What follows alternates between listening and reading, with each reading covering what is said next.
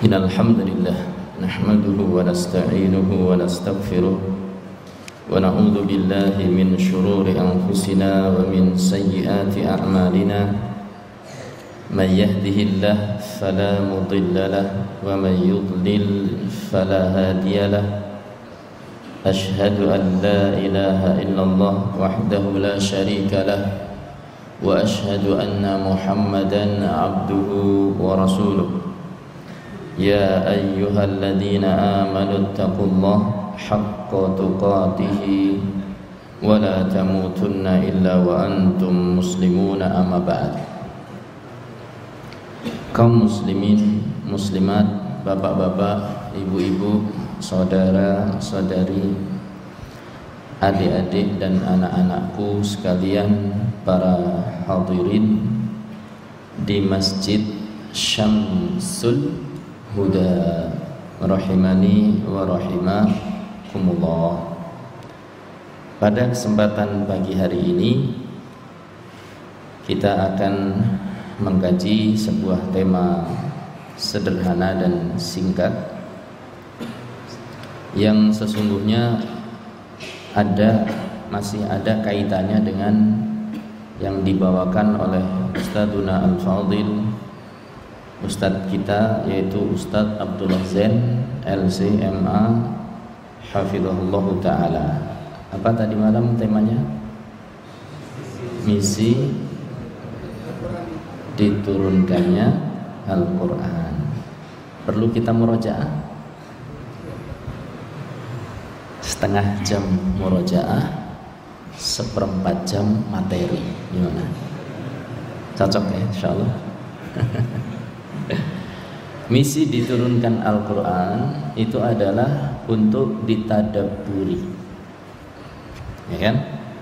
Al-Quran itu untuk ditadabburi, difahami maknanya sehingga bisa diamalkan. Dan diantara hasil tadabbur tadi dikelompokkan oleh ulama menjadi berapa? 3. Masya Allah, masih ingat ini. 1. Ta'riful ibad bi khaliqihim, mengenalkan para hamba kepada siapa penciptanya. Itu siapa? Allah Subhanahu wa ta'ala. Yang kedua, ta'riful ibad bit tariq al-musil ila khaliqihi, mengenalkan hamba kepada jalan yang bisa mengantarkan mereka kepada penciptanya. Yang ketiga, balasan, mengenalkan hamba Allah kepada balasan yang akan diterima oleh siapa? Orang yang meniti jalan kepada Allah, dan juga balasan orang-orang yang menyelisihi dan meninggalkan jalan-jalan atau meninggalkan jalan kepada Allah Subhanahu wa ta'ala. Tujuan itu tidak akan bisa tercapai kalau ada penghalangnya, ya. Tujuan-tujuan tadi, misi diturunkannya Al-Quran, tidak akan tercapai kalau ada apa? Penghalangnya. Maka pada kesempatan pagi hari ini kita akan membahas penghalang-penghalang utama, sehingga misi diturunkan Al-Quran tidak bisa tercapai dengan sempurna. Maka kita ambil judul bentuk-bentuk pemboikotan terhadap Al-Quran. Oh, berarti apa itu penghalang utama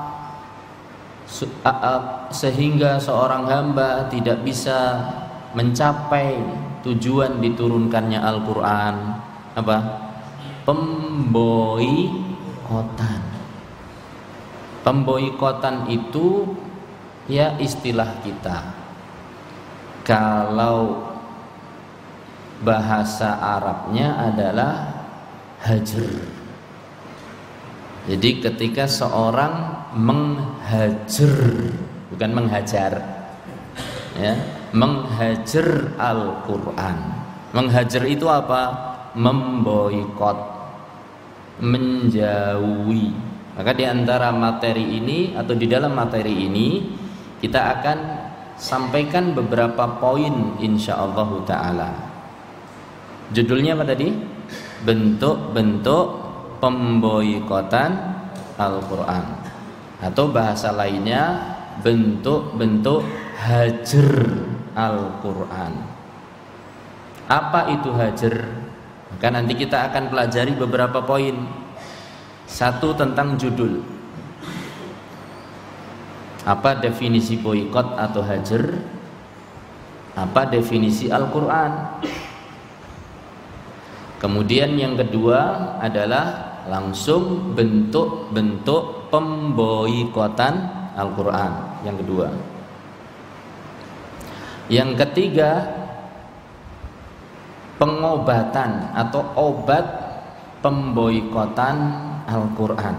Nanti akan kita bahas insyaallah ta'ala, ya, sebabnya apa kok bisa muncul pemboikotan jenis ini.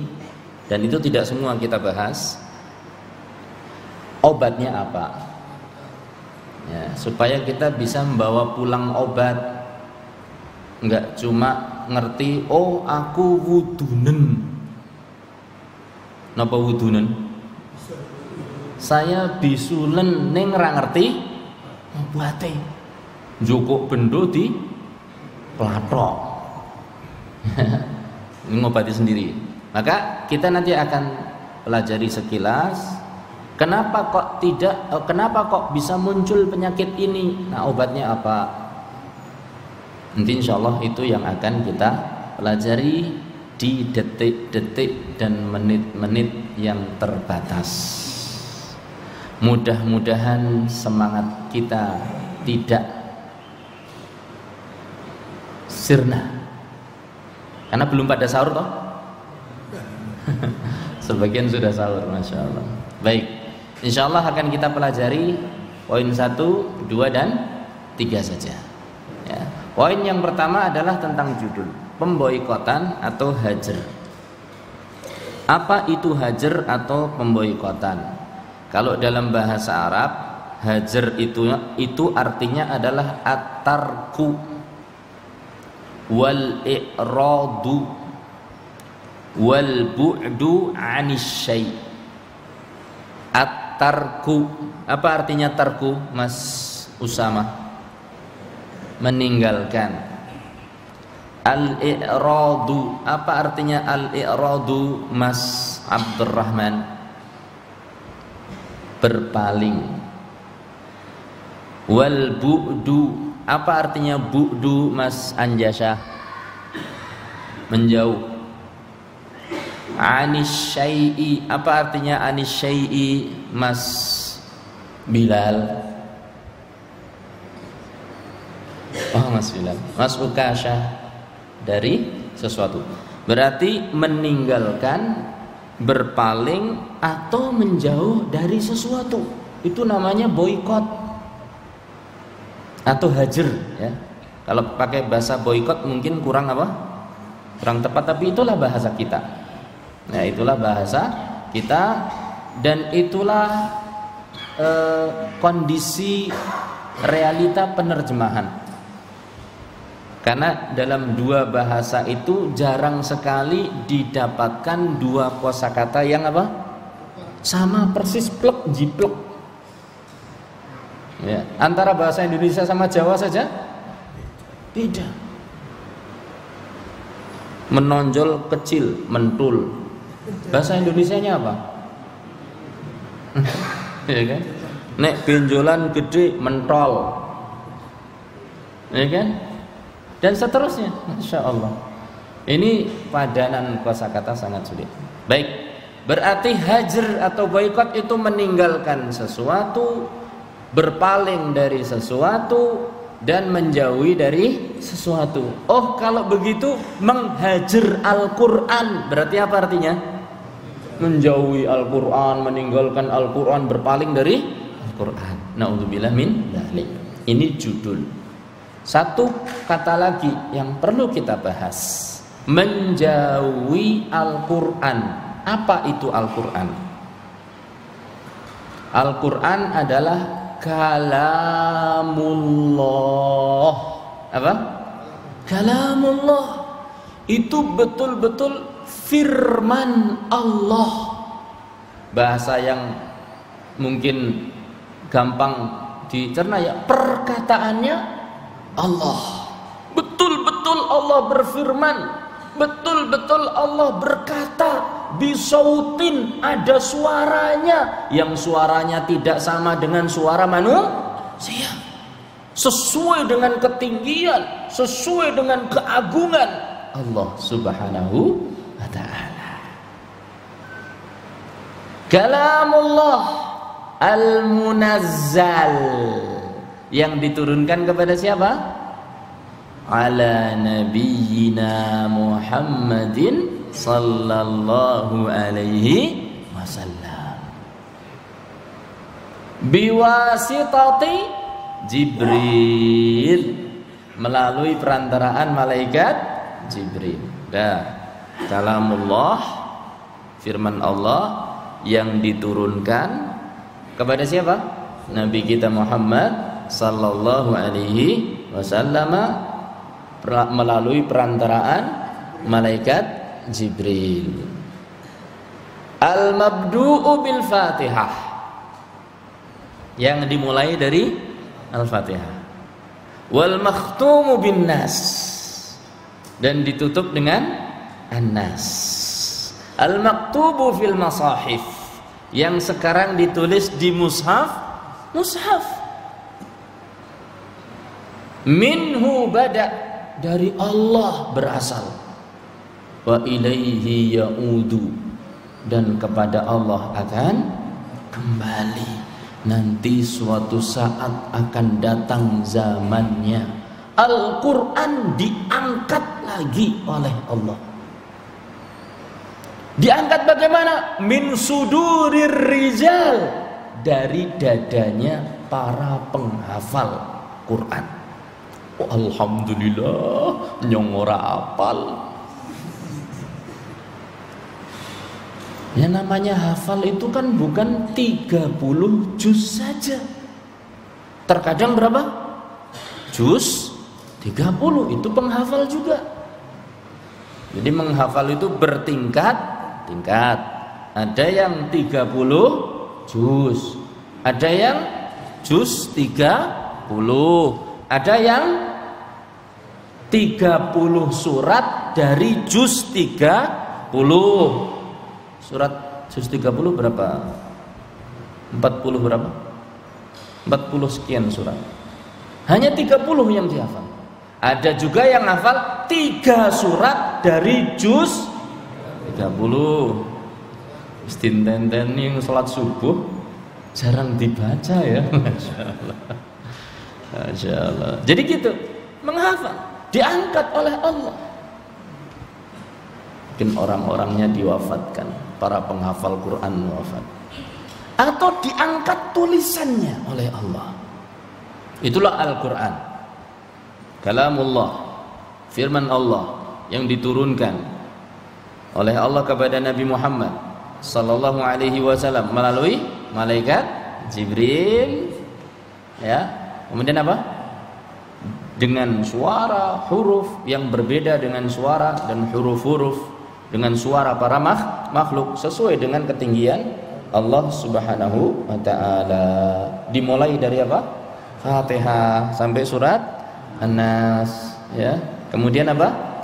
Dan hari ini sudah ditulis di mushaf. Kemudian dari Allah mulai berasal dan kepada Allah akan kembali. Itu Al-Quran. Itu yang kita bicarakan, boikot terhadap Al-Quran. Itu judul. Pembahasan ini dibahas oleh para ulama dikarenakan ada pengaduan, ada ayat di dalam Al-Quran ayat di dalam Al-Quran, tepatnya di surat Al-Furqan ayat 30. Al-Furqan ayat 30. Pak, 30 berapa? Berapa? 30, 30. Bisa bahasa Arab, Mas? Nggak bisa. Kok bisa nerjemahkan? Masya Allah. Ya. Ayat 30 isinya adalah mengadunya Rasul sallallahu alaihi wasallam kepada siapa? Allah Subhanahu wa ta'ala, tentang sikap orang-orang musyrikin Arab yang saat itu menjadi tempat dakwah pertama Rasulullah sallallahu alaihi wasallam. Apa isi pengaduan tersebut? Difirmankan oleh Allah Subhanahu wa taala bahwa disebutkan wa qala ar-rasulu ya rabbi inna qaumi ittakhadhu hadzal qur'ana mahjura, dan telah berkata Rasulullah Muhammad sallallahu alaihi wasallam, ya Rabb, duhai Rabbku, sesungguhnya kaumku.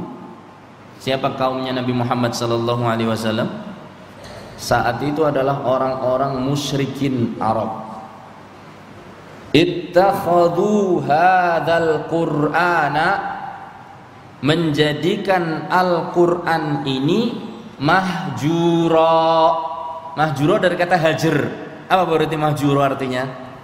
Sesuatu yang ditinggalkan, sesuatu yang dijauhi. Ya Allah, saya sudah dakwahkan Al-Quran ini kepada kaumku, orang-orang musyrikin Arab, tapi ternyata mereka jadikan Al-Quran ini sesuatu yang ditinggalkan. Mengadu kepada siapa? Allah Subhanahu wa ta'ala. Ya. Para ulama menerangkan arti mahjuro. Setelah dikumpulkan, bisa disimpulkan bahwa mereka itu memboikot Al-Quran. Orang-orang musyrikin siapa? Musyrikin Quraisy memboikot Al-Quran dengan 3 cara. Berapa cara? 3. Al-Furqan ayat berapa? 30. Memboikot dengan berapa cara? 3 cara. Yang akan kita bahas berapa poin? 3 poin. Kelanjutan dari berapa poin tadi malam? 3 poin. Kita kurang berapa menit? Ini kalau pagi itu memang jam-jam apa? Penuh barokah. Insyaallah. Penuh barokah. Untuk beramal ya berkah. Ada yang tidur dinasehati jangan tidur. Kemudian dia bilang, loh, kan tidur pagi kan diberkahi. Masya Allah. Itu berarti istidlal fi ghairi mahalihi, ya. Berdalil bukan dengan dalil yang tepat, ya. Baik, kita lanjutkan. Terkumpul jadi 3 cara. 1, dengan lisan mereka. Mereka menghajar dan memboikot Al-Quran dengan lisan mereka. Ini yang pertama. Yang kedua, dengan hati mereka. Dan yang ketiga, dengan perbuatan mereka. Berapa cara? 3. Coba siapa yang bisa menyebutkan 3 cara ini? Bilal, ada berapa cara Bilal? Ada berapa cara Bapak? 3. Nomor 1 dengan lisan. Nomor 2 dengan hati. Nomor 3 dengan perbuatan. Ya. Dengan lisan, salah satunya yang dibaca oleh ustadz kita tadi di salat subuh. Itu surat apa tadi? Az-Zukhruf. Kalau tidak salah begitu, Ustaz? Aina ustaduna. Ya kan? Apa dengan lisan? Di antaranya orang-orang musyrikin mengatakan Al-Quran itu sihir. Al-Quran adalah apa? Sihir. Itu diantaranya. Ada pula yang mengatakan Al-Quran itu syair. Syair itu apa? Syair. Makanya dibantah oleh Allah Subhanahu wa ta'ala. Oh, itu bukan perkataan dukun, bukan pula perkataan syair. Ya. Nah, oh jadi mereka itu berpaling dari Al-Quran dengan lisan mereka. Tukang sihir lagi bicara. Na'udzubillah min dzalik. Oh, itu dukun itu. Ya. Oh, itu tukang syair. Itu cara berpaling mereka. Na'udzubillah min dzalik. Ini dengan lisan. Ya. Atau mungkin dengan lisan dengan mengatakan bahwa oh itu cuma dongengnya orang-orang terdahulu, nyomot sana sini itu. Kalau bahasa sekarang, oh cuma kopas. Napa kopas? Copy paste. Asatirul awalin, oh, dongengnya orang-orang dulu, nggak nyata, itu cuma dongeng. Ada nggak di zaman sekarang yang mengatakan bahwa kisah-kisah di dalam Al-Quran adalah dongeng-dongeng orang dahulu? Cuma dongeng. Jenengan ngertos dongeng napa mboten? Sesuatu yang fiktif. Fiktif itu sesuatu yang tidak nyata. Apusan. Kayak dene dongeng kancil nyolong timun. Itu dongeng namanya. Ya. Dan bentuk-bentuk dongeng tentu macam-macam, ada fabel, ada macam-macam. Dongeng, ya hanya dongeng, nggak nyata. Ada nggak di zaman sekarang yang bilang seperti itu? Ada. Na'udzubillah min dzalik. Oh, berarti kalau gitu termasuk pemboikotan terhadap Al-Quran. Oh iya. Walaupun dia percaya Al-Quran adalah wahyu, tapi di sisi ini dia memboikot. Na'udzubillah min dzalik. Oh, dengan lisan. Ada pula dengan hati. Bagaimana dengan hati? Kalau orang-orang musyrikin dulu nolak Al-Quran, betul-betul nolak Al-Quran. Musyrikin Quraisy hatinya menolak, tidak meyakini benarnya Al-Quran atau ragu-ragu. Ini bener ora sih? Jangan-jangan gaweane, jangan-jangan buatannya Nabiullah Muhammad sallallahu alaihi wasallam. Padahal Al-Quran itu betul-betul dari Allah atau tidak? Betul.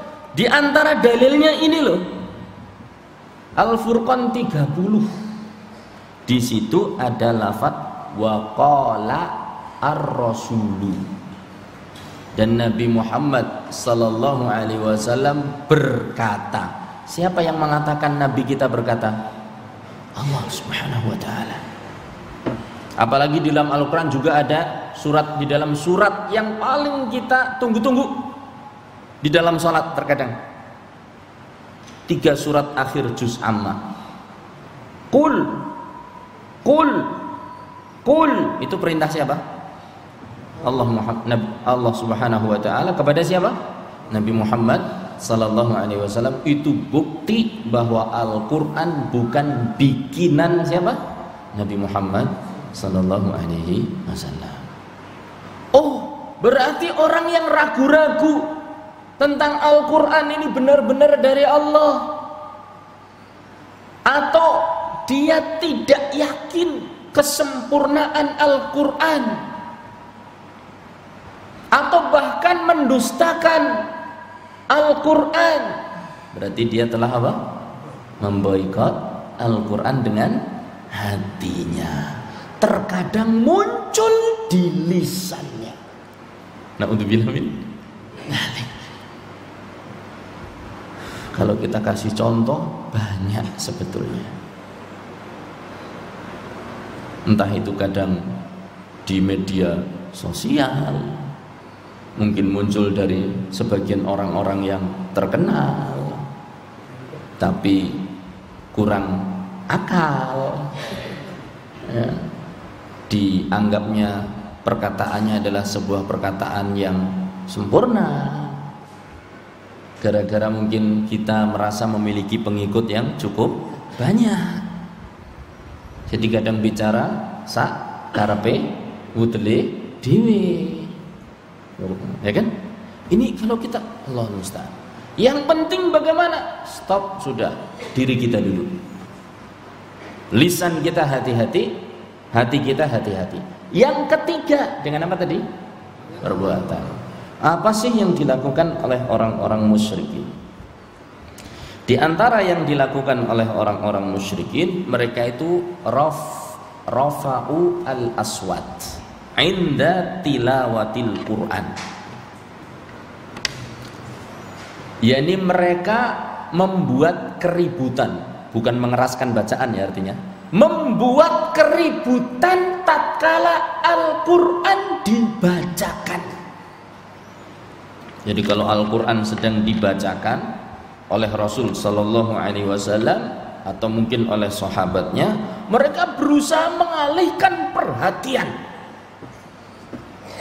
Dipilih tukang-tukang syair yang hebat-hebat, kemudian suruh teriak-teriak, kemudian teriak-teriak, "Hei, kemari, dengarkan cerita tentang Romawi, dengarkan cerita tentang ini, dengarkan cerita tentang ini, ayo kesini." Kira-kira orang-orang tertarik sing dongeng napa ngaji? Orang-orang kira-kira tertarik dongeng apa yang ngaji?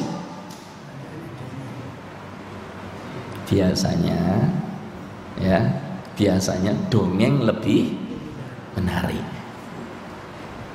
Makanya kalau pas ngaji ngantuk, ya sudah gini aja, tak ceritani dulu ya.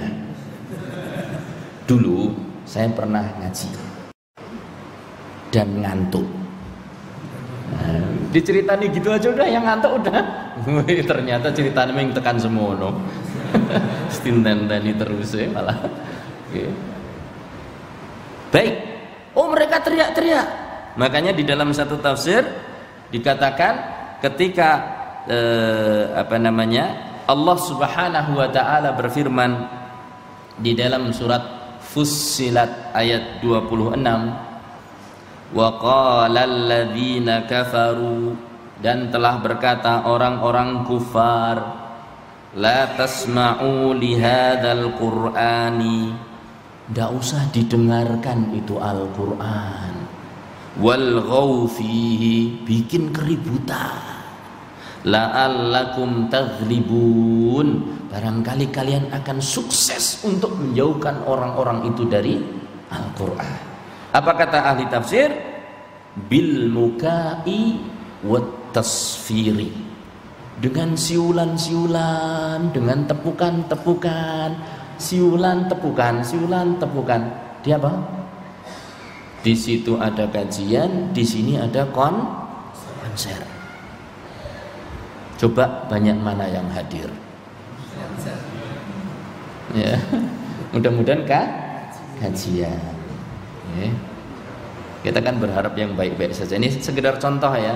Walaupun ternyata ada realitanya di lapangan, yang hadir kajian tabligh akbar bersama dengan konser besar. Itu kira-kira yang mana yang berduyun-duyun? Ya. Nah, Allah musta'an. Kemudian juga di antara mereka ada yang mengatakan tahaddatsu wasihu kaima la tasma'u, ngobrol sakarepmu, teriak-teriak sakarepmu, sing penting mereka enggak dengarkan Al-Quran. Ini bentuk boikotnya siapa? Orang-orang musyrikin. Terkelompokkan menjadi berapa? 3. Dengan lisan mereka, dengan hati mereka, dengan perbuatan mereka. Makanya hati-hati, kita cek lisan kita, memboikot Al-Quran atau tidak? Hati kita memboikot Al-Quran ataukah tidak? Perbuatan kita memboikot Al-Quran atau tidak? Kadang tanpa sadar kita ucapkan mungkin. Nyindir wong pengajian misalnya. Ngaji-ngaji terus, anakmu kapan li diopeni? Lah terus kalau nggak ngaji nih ngopeni anak kapan juga? Ini kita harus koreksi diri kita sendiri.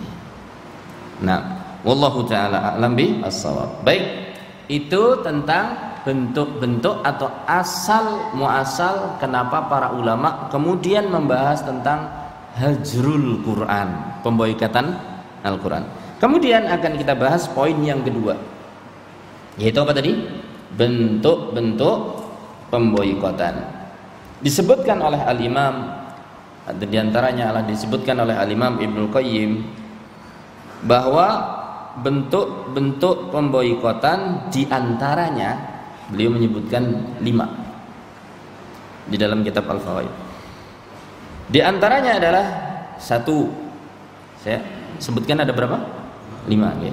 1, hajru sima atau sama'ihi wal imani bihi wal isgha'i ilaihi. Tidak mau mendengarkan Al-Quran dan tidak mau beriman. Tidak mau mendengarkan. Maksudnya bagaimana? Ya kalau dibacakan memperbanyak keributan. Sebelum saya sampaikan ini, saya sampaikan bahwa apa yang disebutkan oleh Syekh Al-Imam Ibnul Qayyim rahimahullahu ta'ala tentu bertingkat-tingkat keparahannya, tidak dalam satu apa? Level ya, tidak dalam satu level.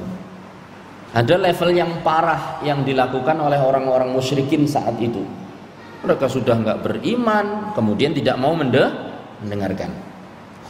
Ada yang dilakukan oleh orang-orang kaum muslimin. Mereka beriman Al-Quran itu adalah dari Allah, tapi kadang kalau dibacakan cuek.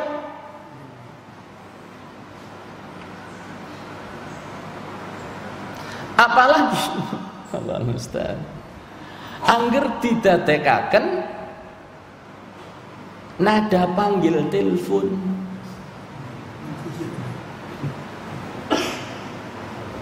Dering telepon itu loh. Syekh Sudes lagi membaca langsung dipencet. Otong ayatnya cepet-cepet dipateni acara iki. Lagi ngobrol. Makanya ulama melarang menjadikan Al-Quran menjadi nada dering telepon. Mungkin wallahu ta'ala a'lam bisawab, kecuali kalau mau mendengarkan sampai selesai. Wallahu a'lam ya, ini tambahan dari saya. Jadi kalau ada telepon didiamkan dulu. Kok enggak diangkat-angkat? Ini 1 juz kok. Masya Allah ya. 1 juz, Masya Allah. Kepribadian? Nah itu bosnya yang telepon parai kan gitu. Kenapa kamu telepon tidak saya angkat-angkat? 1 juz. Masya Allah. Maka sudahlah, nggak usah dijadikan Al-Quran itu sebagai nada apa? Dering. Apalagi jam beker. Kalau nggak siap untuk dengarkan sampai selesai. Bismillahirrahmanirrahim.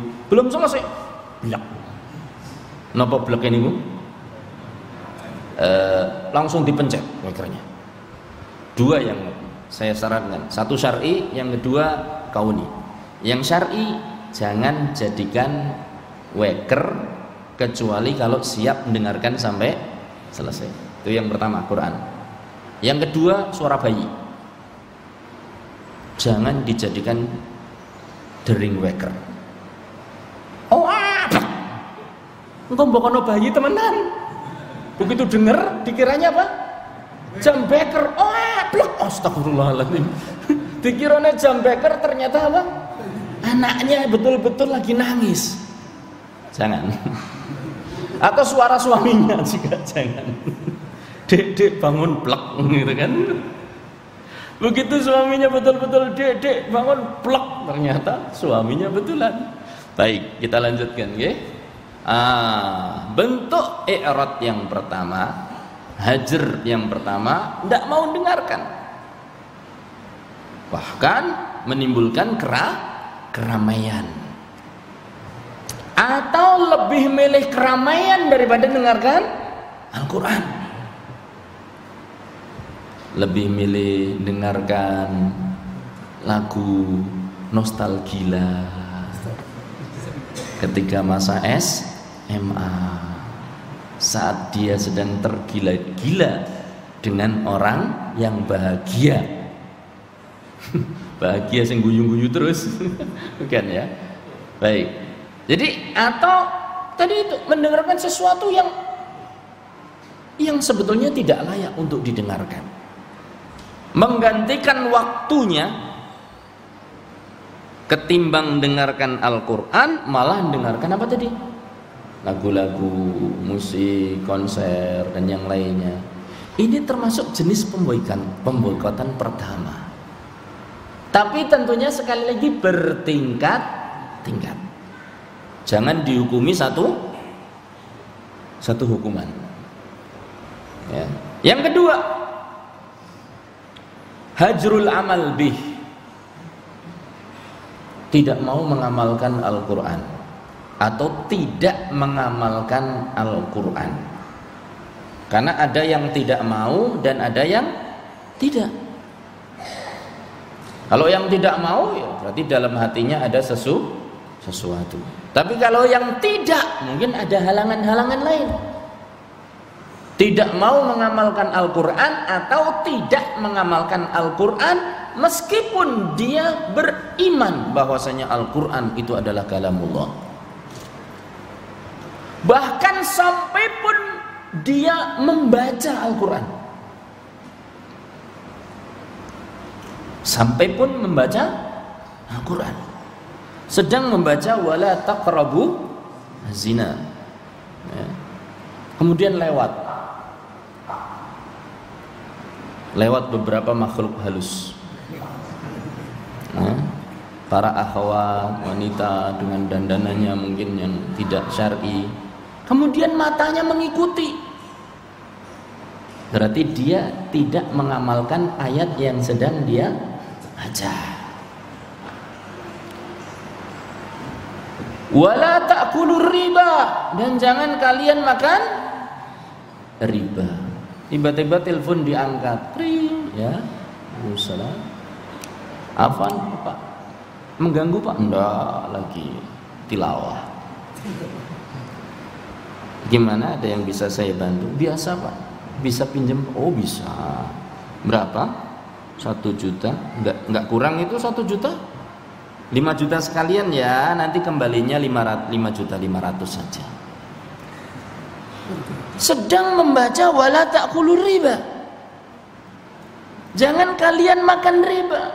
Begitu telepon langsung bicara tentang riba. Ada enggak yang kayak gitu kira-kira? Saya pernah ketemu dengan kenalan orang yang taubat dari riba, yang bekerja di sebuah instansi ribawiyah. Kata beliau, Ustaz, saya dulu itu paham kalau riba itu haram, tahu, tapi tidak tahu bahwasanya pekerjaan saya adalah riba. Dia tahu riba itu haram, tapi tidak tahu pekerjaannya riba. Berarti baca nggak baca, tapi faham atau tidak? Tidak. Ini salah satu penghalang kenapa seorang itu tidak bisa mengamalkan Al-Quran. Nanti insya Allah akan kita bahas. Yang ketiga, tidak menjadikan Al-Quran itu sebagai sumber hukum. Tidak menjadikan apa? Al-Quran itu sebagai sumber hukum. Bahkan terkadang meyakini bahwasanya Al-Quran itu penuh dengan kekurangan, nggak cocok untuk zaman sekarang, rek. Misal ada seorang yang meyakini kalau zaman dulu menurut Al-Quran, iya, laki-laki warisannya, anak laki-laki warisannya 2 kali anak perempuan. Itu zaman dulu, rek, kata sebagian orang. Zaman sekarang perempuan juga emansipasi. Oh, harus sama. Kenapa? Ternyata zaman sekarang wanita juga kerja. Dulu mungkin laki-laki yang kerja, sekarang wanita kerja. Bahkan terkadang wanitanya kerja, laki-lakinya apa? Dikerjain. Disuruh tinggal di rumah, pokoknya kamu di rumah saja, yang kerja saya. Oh, berarti sekarang harusnya bagaimana? Ya harusnya ada yang mengatakan 1:1. Ini nggak cocok lagi udah Al-Quran. Nah, ini berarti salah satu bentuk apa? Pemboikotan terhadap Al-Quran. Oh iya, zaman dulu wanita tutup aurat, yang sekarang semua sudah terbuka. Oh iya. Itu adalah sebuah keterbelakangan kalau wanita nutup aurat terus. Mode sudah semakin berkembang, ya kan? Terus nek ditutupin juk kapan payune gitu. Subhanallah. Padahal biasanya yang tertutup rapat itu harganya, contohnya kerupuk. Tapi saya tidak menyamakan akhwat dengan kerupuk. Ini hanya contoh saja. Kerupuk yang bukaan di warung, kira-kira kita ngambil enggak? Kita milih kerupuk itu sing rapet namanya, tutupi. Bahkan nek perlu dicuil dhisik. Krek apa plus. Lah wong kita itu beli kerupuk niki pun dangun apa enggal, Bang? Nggih coba dicuil mawon. suruh nyuil dari luar plastiknya. Tapi kalau black ya nggak bisa nyuil dari. Nah, arem-arem biasanya dijual dalam keadaan tertutup rapat. Ataukah zaman terbuka? Niku napa? Arem-arem kok wudo, ora payu. Itu fitrah manusia. Suka pada sesuatu yang ditutupi. Batu ditulis di atasnya, hati-hati jangan dibalik. Kira-kira dibalik napa? Malah diwalik, penasaran. Tapi kalau ada batunya kangkang, orang ditutupi, suatu jelas ini. Tapi kalau ada batu ditulis hati-hati jangan dibalik, dingu balik. Bikin penasaran, harganya tinggi. Kalau ada orang mengatakan, oh sekarang ini zaman keterbukaan, itu adalah keterbelakangan, fitrahnya terbalik.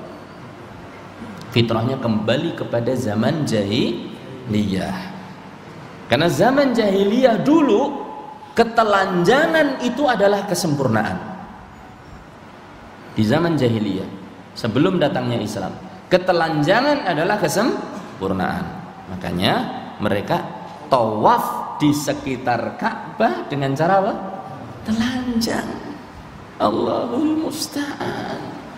Mudah-mudahan Allah menjauhkan kita, keluarga kita, kaum muslimin, muslimat dari semacam ini. Allahumma amin. Nomor pinten niku wau? 3. Nomor sekawan. Hajru tadabburihi wa tafaqquhihi wa tafahumihi. Tidak mentadaburi dan tidak memahami Al-Quran, tidak mengetahui maknanya, tidak mengetahui isinya. Itu termasuk pemboikotan Al-Quran. So, tapi kan baca bagus, dan tidak baca termasuk salah satu jenis pemboikotan. Oh, daripada nggak paham, ya mendingan nggak usah baca tak. Nanti saya kalau nggak paham, saya memboikot berarti. Mendingan boikot 1 napa boikot 2? Memboikot satu cuma kena tidak faham tapi dia membaca. Kalau memboikot dua wis ra maca ora paham. Niku boikotnya berapa? 2. Mendingan kita minimalisir, dikurangi. Ya seperti halnya amar ma'ruf nahi mungkar bagi yang mampu, itu wajib atau tidak? Wajib. Tapi dia masih melakukan dosa tersebut. Melakukan dosa atau tidak? Tidak melakukan amar ma'ruf nahi mungkar, dosa atau tidak bagi yang mampu? Dosa. Nyolong dosa napa mboten? Dosa. Orang nasihati nek nyolong dosa. Tapi dia masih nyolong. Agek mlaku ketemu kancane. Loh, Kang, arep ngendi? Saya kaya ora ngerti wae le. Aku iki arep buka toko. Buka toko kok jam 1. Alah, sampean biasanya jam 2. Tokone sampean akeh ora? Ya ora tokone wong. Mau mencuri. Saya mau mencuri seperti yang kamu ketahui. Ya akhi, ittaqillah. Takutlah pada Allah. Mencuri itu haram. Lah kowe, aku ya saya nyolong. Mendingan saya enggak nasihati Ustaz. Mendingan nasihati. Mencuri haram, tidak nasihati juga haram. Kurangi. Gimana ya masih mencuri contohnya? Dia mungkin masih melakukan pencurian, tapi ketemu temennya, ittaqillah. Saya mending. Lebih mending lagi taubat. Baca Quran juga demikian. Tidak membaca juga termasuk salah satu bentuk boikot menurut sebagian ulama. Ya. Apalagi kalau tidak faham. Ya, ini tidak faham adalah salah satu bentuk pemboikotan. Biasanya diawali karena tidak baca. Yang kelima, tidak berobat dengan Al-Quran. Ya, tidak berobat dengan Al-Quran. Wetenge mules. Langsung sing dikelingan apa? Salah satu bentuk produk obat tertentu. Kenapa tidak pegang pertama kali adalah apa? Perutnya, kemudian dibacakan Al-Fatihah. Karena Al-Quran itu adalah obat. Obat bagi apa? Hati. Selain hati, apakah juga bisa obat fisik? Bisa. Karena dia itu syifa. Baik yang fis sudur ataupun fil jasad. Obat yang ada di dalam hati, penyakit iri, drengki, serai, dan yang lain-lain. Dan juga obat yang ada di dalam fisik kita. Betapa banyak orang-orang yang fisiknya sakit, diobatkan kemana-mana, ndak sembuh, diobati dengan Quran. Mari. Seperti yang diceritakan dalam sebuah buku. Seorang bapak memiliki anak, waliyadzubillah, mudah-mudahan Allah melindungi kita semua dan keluarga kita dari penyakit semacam ini. Sakit-sakitan anak itu, sakit-sakitan, terus diperiksakan, ketemu penyakitnya adalah kanker darah. Naudzubillah min dzalik. Diobatkan ke sana kemari. Kalau kanker darah niku basa kedokterannya napa? Mboten bahasanya. Leukemia mboten. Mbok salah direkam neh. Kayak Ustaz Abdullah tadi malam ya. Yang menyaring darah itu hati apa ginjal? Wis nyebut direkam kok mbok salah. Namanya leukemia betul betul. Leukemia. Obatkan kemana kemari sudah bisa. Sembuh sedikit kemudian kambuh lagi. Duduk termenung di masjid kelihatan sedih. Anaknya sakit sedih nama badan. Sakit sedih. Ada seorang bapak melihat kondisi bapak sang anak ini. Didekati. Pak, saya lihat Anda sedang humum, sedang sedih. Ada apa? Dia pun menceritakan, saya punya anak, naudzubillah min dzalik ya. Mudah-mudahan Allah melindungi keluarga kita semuanya. Penyakitnya begini, saya udah obatin. Apa kata bapak yang di dalam masjid itu? Sudah dicoba dengan Al-Quran atau belum? Kata sang bapak, lah bagaimana mungkin bisa diobati dengan Al-Quran? Sudah berobat kesat loh, kamu tidak tahu. Itu sebutkan ayat-ayat tentang Al-Quran, bahwasanya Al-Quran itu adalah obat. Kemudian diyakinkan bahwasanya dulu bisa diruqyah. Rasul sallallahu alaihi wasallam, para sahabatnya meruqyah seorang yang terkena sengatan kala jengking itu dengan Fatihah. Akhirnya dia yakin sampai taraf mau mencari orang yang meruqyah. Cari. Sepulang dari rumah sakit dibawalah anaknya itu ke tukang ruqyah. Beberapa saat kemudian sembuh total. Itu penyakit apa tadi? Leukemia, kanker darah. Mulane nek beleken insyaallah masih ringan. Saya sudah coba berkali-kali orang mari-mari piye. Mungkin hatinya masih plirak-plirik. Hatinya masih napa? Plirak-plirik. Ibaratnya orang punya hutang, yang kata Ustadz Yusuf marai sumuk neng masjid, ya. Kemudian dia berdoa, ya Allah, lunasilah hutangku ya Allah, ya kan? Di sampingnya seorang donatur besar, suaranya rodok dikeraskan, ya Allah, 5 juta hutangku ini ya Allah. Sing melirik bukan, tapi hatinya pelirik krungu rayo. Itu namanya doa sambil masih melirik makhluk. Harusnya doa itu ngepeng sama Allah. Seperti halnya orang yang terombang-ambing di tengah lautan, tidak mengharapkan datangnya tim SAR atau kapal lain yang ikut kesasar. Terus pokoknya dewean, ya Allah, ya Allah, ya Allah. Itu tulus banget, insya Allah bisa sembuh. Tapi kenapa kita sering kadang ngobati kok nggak sembuh? Kurang tulus. Ketika hatinya tulus, maka doa itu akan kuat sekali. Fasayfu bidharibihi. Pedang itu tergantung siapa yang memukulkannya.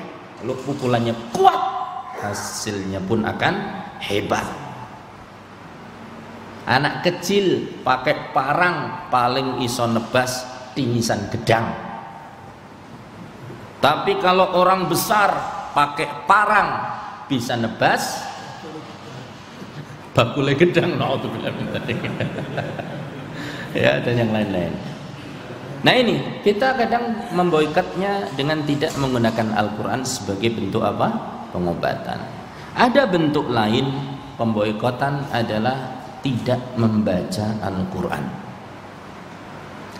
Hanya saja ulama itu berbeda pendapat tentang penentuan kapan seorang itu dikatakan memboikot Al-Quran dengan tidak membacanya. Ada sebagian ulama mengatakan pokoknya batas minimal supaya tidak dikatakan memboikot Al-Quran itu khatam 2 kali dalam setahun. Berapa?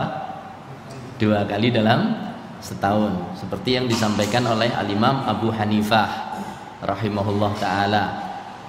Ada yang mengatakan 40 hari sekali harus khatam,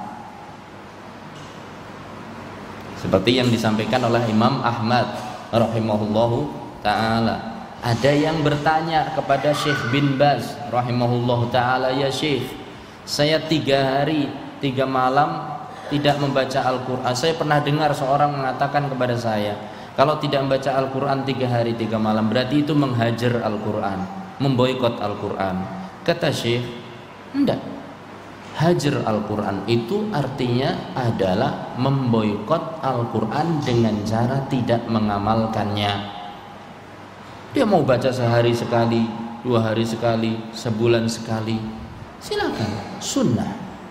Yang wajib adalah membaca Al-Fatihah di dalam, ini tambahan dari saya, yang wajib adalah membaca Al-Fatihah di dalam sholat.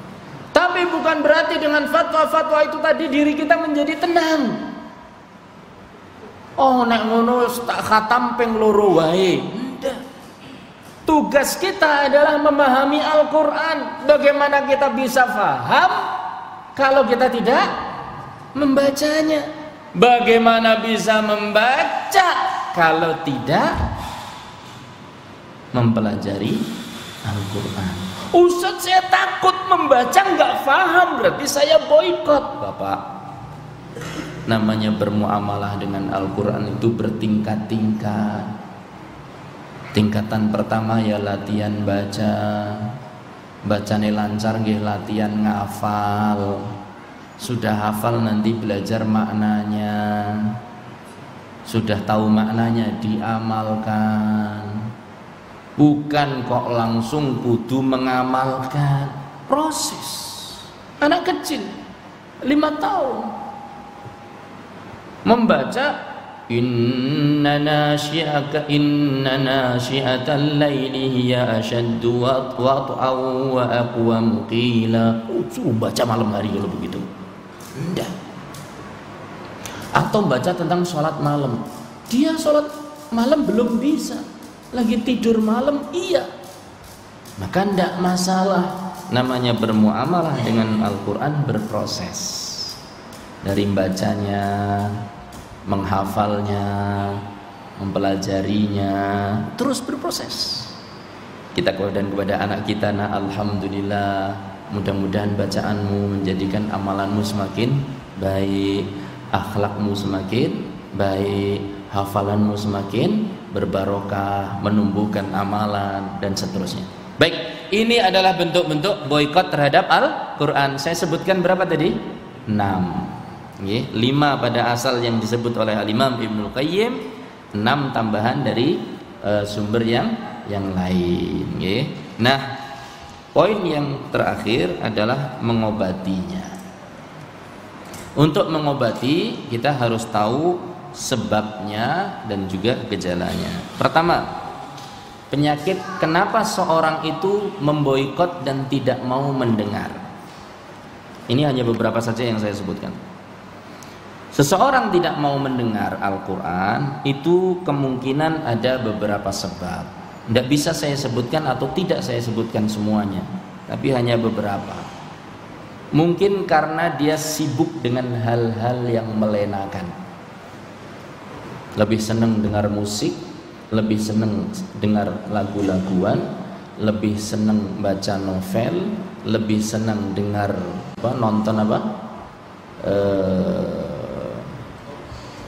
nonton sinetron, lebih senang lihat HP. Jam-jaman kuat, tapi buka satu lembar langsung angop. Na'udzubillah min dzalik. Atau kenapa seorang tidak mau mendengarkan? Yang tadi terlena ya, dengan perkara-perkara yang melenakan. Atau karena ini perang yang dilancarkan oleh musuh-musuh Islam. Ya, diantaranya dengan perang gadget. Pabrik ini produksi ini, pabrik itu produksi, semakin menarik. Apakah ada tujuannya atau tidak ada tujuannya? Mereka itu walantardo angkal yahudu walan nasara hatta tattabi'a. Enggak akan pernah ridho mereka. Cara meranginya gimana? Itu produk-produk yang tadi itu disebarkan semurah-murahnya supaya rusak bangsa ini, dan sudah terbukti. Saya tanya dengan seorang guru yang cukup senior, bagaimana menghadapi santri-santri setelah masa pandemi ini? Masya Allah, katanya mereka itu ibaratnya dari normal menjadi apa? Abnormal, sekarang mau dinormalkan lagi. Itu butuh perjuangan. Sampai saya diceritakan oleh seorang ustadz, na'udzubillah min dzalik, seorang santri yang dulu rajin menghafal, selesai pembelajaran dengan HP, gadget dan yang lainnya, di kelas itu tangannya gini-gini. Naudzubillah min dzalik, ini anak-anak ya. Tangannya gini-gini. Setelah ditelisik ternyata di rumah itu apa? Main game. Ya. Oh berarti kalau nggak main game aman. Sama saja kalau sering gini-gini. Kan WA yuk gini-gini terus loh. WA apa-apa. Apalagi yang saya insya Allah nggak gini-gini Ustaz. Lah kenapa? Saya mencatnya gini-gini. Ya waduh. Mungkin akan ada nanti naudzubillah min dzalik orang-orang yang gini-gini terus. Ngapa kowe? Ditelisik ternyata suka nunjuk ya, Bang. Wah, alhamdulillah saya modelnya enggak gitu, Ustaz. Yuk gini-gini. Apa? Pakai apa? Layar apa? Sertu ngene naudzubillah min dzalik. Ada perubahan. Nah, ini perang ini sebagaimana disebutkan di dalam Fussilat 26 yang tadi saya sebutkan, wal ghaw fihi la'allakum taghlibun. Intinya mereka faham, orang-orang misionaris tahu cara merusak umat Islam, jauhkan umat Islam dari Al-Quran, bikin sesuatu yang lebih menarik menurut pandangan orang dengan hawa nafsu mereka dibandingkan Al-Quran. Na'udzubillah min dzalik. Maka pengobatannya bagaimana? Batasi untuk anak-anak kita dan diri kita hal-hal yang melenakan. Kalau untuk meniadakan sulit, tapi batasi. Ya, dan anak-anak sekalian yang hadir di sini, tontonan kalian hendaklah tontonan yang bermanfaat. Ya. Nah, wallahu taala alam bissawab. Kemudian penyakit yang kedua, tidak tadabbur. Kenapa kok tidak tadabbur? Tadabbur itu tafahum, memahami. Di antaranya saya sebutkan di sini ada beberapa penyebab. Satu, karena banyak dosa. Orang tidak faham itu karena banyak dosa. Ada waktu masih lebih Ustaz Yusuf ya? Sedikit. Berapa jam lagi? Baik. Hitungan menit insyaallah, mungkin 60 menit, mungkin kurang. Taib, karena banyak dosa. Ustaz, apa hubungannya dengan memahami Al-Quran? Allah Subhanahu wa ta'ala sebutkan di dalam Al-Isra ayat 46. Coba Anjasya, Al-Isra ayat 46. Wa ja'alna ala qulubihim, yang keras, akinnatan, terus an yafqahuhu, bersama wa fi adhanihim waqara. Allah Subhanahu wa taala berfirman, dan kami jadikan di dalam hati-hati mereka akinnah, tutup, hatinya ditutup, an yafqahuhu, sehingga mereka tidak bisa faham Al-Quran. Allahumma musta'an. Wa fi adhanihim waqra, dan di dalam telinga mereka ada sumbatnya, sehingga mereka mendengar suara tapi nggak bisa memahaminya. Ini karena apa? Dosa. Lu kok bisa hubungannya akinnah di dalam hati, sumbat di dalam hati, tutup di dalam hati? Kita ingat Kanjeng Nabi Muhammad sallallahu alaihi wasallam pernah bersabda, apabila seorang hamba berbuat dosa, maka akan ditorehkan noda hitam di dalam hatinya. Ini yang menghalangi kita sulit paham. Bukan karena tua, bukan karena saya IQ-nya rendah, bukan. Betapa banyak orang yang IQ-nya rendah lebih paham daripada orang yang IQ-nya tinggi. Yang IQ-nya tinggi, jangankan sholat, jangankan faham Al-Quran, meletakkan jidat sama hidungnya di tempat sujud saja nggak pernah. Banyak seperti itu, banyak.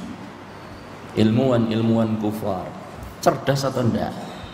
Cerdas. Pernah mereka sholat? Nggak pernah. Tapi bapak-bapak kita yang mungkin tidak mengenal pendidikan formal yang terlalu tinggi, kalau mungkin dikasih hadiah simbah-simbah sepuh, mbah niken hadiah nggih mbah, niki gadget reginipun rasa dikai ngerti. mereknya disebut merek yang terkenal, yang apa? Pokoknya programnya hebat banget. Apa namanya? Aplikasinya hebat banget. Mbah niki wonten gadget nggih kagem simbah. Kali niki beras kalih doso kilo. Kira-kira mbah milih sing pundi? Enggak usah dikasih tahu harganya. Kira-kira simbah milih mana? Beras. Kalau kita milih gadget sama berasnya. Kemudian dijual online. Beras 20 kilo turun harga. Masya Allah. Dia mbah-mbah itu walaupun nggak cerdas, nggak tahu tentang apa gadget, ternyata alhamdulillah nak niki kalau doso kilo mawon, masya Allah, alhamdulillah sakit kagem setunggal mulan, jazakumullah khairah, sujud syukur, nangis, doakan, masya Allah. Tapi betapa banyak orang yang megang gadget mahal, tapi tidak bisa sujud, tidak bisa bersyukur kepada Allah Subhanahu wa ta'ala. Jadi dosa itu menghalangi apa? Kefahaman. Dua, kita jarang berdoa. Karena kefahaman itu adalah hidayah. Hidayah itu dari siapa? Allah. Kemudian yang ketiga, nah ini tidak faham bahasa Arab. Ini yang cukup mengenaskan. Bagaimana mengenaskan? Kita terkadang bangga dengan bahasa-bahasa lain, tapi tidak faham dengan bahasa agama kita. Minimal tidak bisa faham bahasa Arab. Kok bisa begitu? Bahasa Arab itu sedang diperangi. Bahkan bangsa Arab juga sedang diperangi. Kebiasaan-kebiasaan baik orang Arab juga sedang diperangi. Ajaran-ajaran yang katanya keislam-islaman dari Arab juga sedang diperangi. Menutup aurat diperangi. Orang jenggotan diperangi.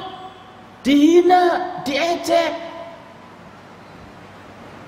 Sementara orang buka-bukaan dipuji-puji, disanjung, dikasih penghargaan.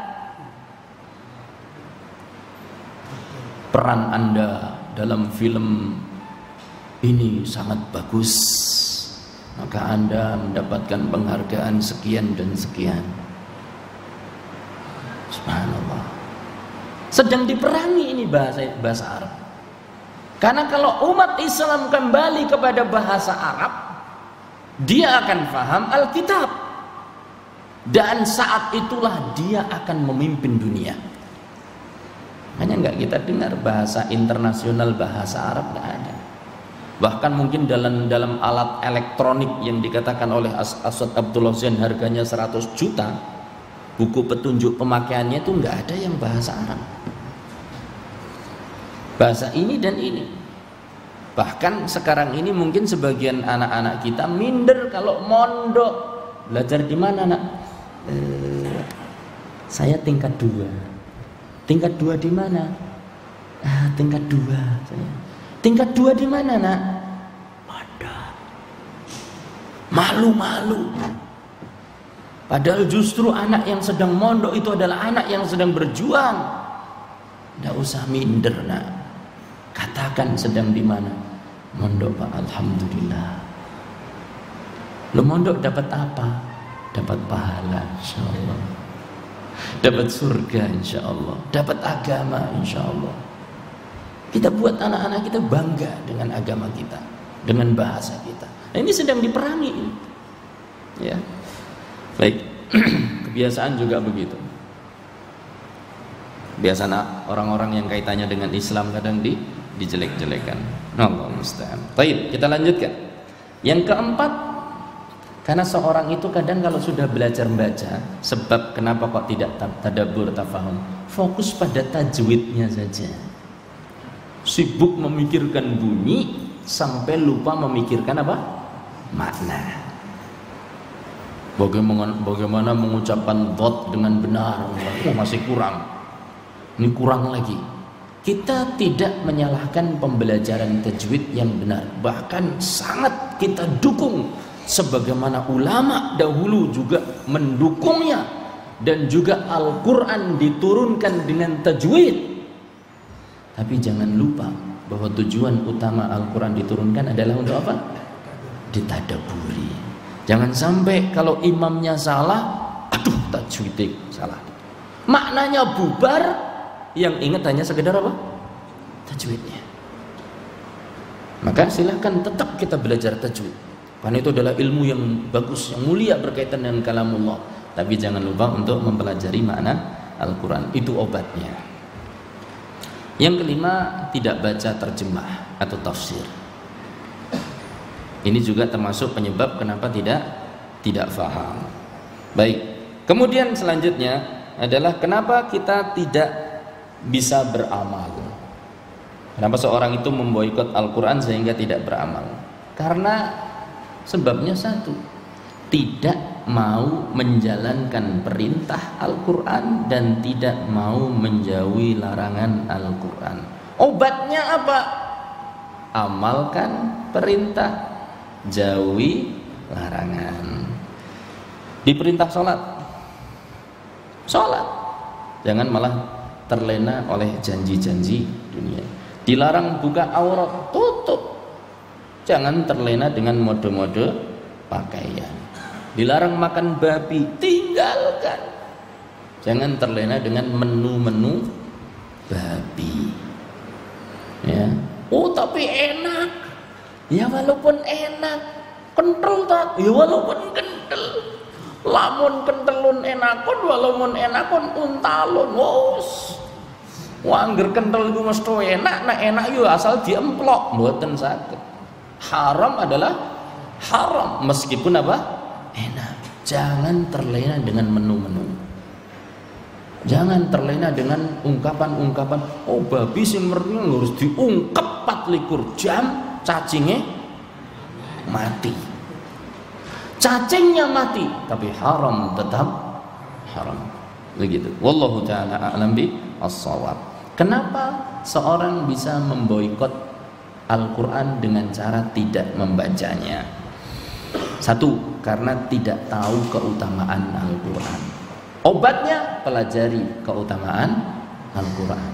Man qara'a harfan min kitabillah, dan seterusnya, barang siapa yang baca satu huruf dari Al-Quran maka dia akan mendapatkan satu kebaikan. Barang siapa mendapatkan satu kebaikan maka akan dibalas dengan 10 semisalnya. Ini harus kita ketahui. Kemudian dia juga akan mendapatkan syafaat dengan izin Allah dari Al-Quran. Ya, Iqra'ul Quran fa innahu ya'ti yaumal qiyamati syafi'an li ashabi. Baca Al-Quran, karena sesungguhnya dia akan memberikan syafaat kepada orang-orang yang menguasainya. Kemudian juga hafalkan Al-Quran, karena tentu beda orang yang membaca dan tidak hafal dengan orang yang menghafal, beda. Sekarang kalau kita taruhlah Al-Quran itu dikumpulkan di satu tempat, nggak boleh diambil, siapa yang bisa baca Quran? Yang hafal. Maka hafalkan Al-Quran, baca bagus, lebih bagus lagi dengan bacaan Anda membuahkan hafalan, dan lebih bagus lagi hafalan Anda membuahkan keimanan. Makanya ada satu pondok tahfidz di Afrika mengatakan, seandainya seorang dai di Amerika mengatakan, di antara kelebihan Al-Quran itu adalah banyak dihafalkan, dijaga oleh Allah dengan cara banyak yang menghafalkan. Kalau seluruh kitab-kitab Samawi dikumpulkan dibuang ke laut hari ini semuanya, dari 4 agama atau 5 agama, semua kitab-kitabnya dikumpulkan dibuang ke laut, termasuk agama Islam, Al-Qurannya dikumpulkan dibuang ke laut oleh orang-orang yang tidak bertanggung jawab, maka di saat itu pula Al-Quran bisa ditulis lagi dari mana? Dari hati-hati para penghafal Al-Quran. Ya, saya nggak bisa 30 juz. Ambil peran Anda. Saya akan menjaga juz 30. Gitu dong. Ya, saya akan ikut serta menjaga juz 30. Lah antum, saya akan 3 surat dari juz 30. Nah, apa-apa. Yang penting jangan sampai hati seorang muslim kosong dari apa? Hafalan. Ya. Maka karena tidak tahu keutamaan, akhirnya kadang malas baca. Kemudian juga sibuk dengan dunia, itu juga termasuk apa? Menjadikan seorang tidak baca Al-Quran. Obatnya apa? Jangan terlalu sibuk. Tujuan utama adalah apa? Akhirat. Dunia itu cuma diungkap dalam Al-Quran. Wala tansa nasibaka minad dunya. Ojo lali. Utamamu ini akhirat. Wabtaghu fima atakallahu daral akhirah. Cari dengan sesuatu yang diberikan oleh Allah kepadamu. Apa yang kamu cari? Al-akhirat. Wala tansa nasibaka minad dunya. Jangan lupa bagianmu di akhirat. Yang ke selanjutnya adalah futur. Ini menjadikan seorang tidak membaca atau memboikot pembacaan Al-Quran. Obatnya apa? Obatnya banyak-banyak berdoa, istighfar, bergaul dengan orang-orang soleh, dekat-dekat kepada para sahibul Quran. Demikian. Wallahu ta'ala a'lamu bisawab. Mudah-mudahan yang sedikit ini menjadikan manfaat pada diri saya pribadi, keluarga saya dan juga kaum muslimin semuanya. Jadi ada beberapa hal tadi yang sudah kita pelajari ya. Yang pertama tentang definisi hajar dan definisi Al-Quran, kemudian bentuk-bentuk menghajar atau pemboikotan Al-Quran, dan yang ketiga adalah bagaimana mengobati atau sebab-sebab hajar Al-Quran sebagian, dan bagaimana cara mengobatinya secara ringkas. Tidak bisa saya berpanjang kata, apalagi waktu sudah banyak berlalu dan menyibukkan kedipan mata. Maka sudah saatnya waktu untuk berpisah dan bersua di waktu yang akan datang. Adapun kalau ada pertanyaan, maka silakan nunggu kedatangan Ustadz Abdullah Zain di kesempatan yang lain. Demikian, wassallallahu ala nabiyyina Muhammad walhamdulillahirabbil alamin. Subhanakallahumma wa bihamdika asyhadu an la ilaha illa anta astaghfiruka wa atubu ilaik. Assalamualaikum warahmatullahi wabarakatuh.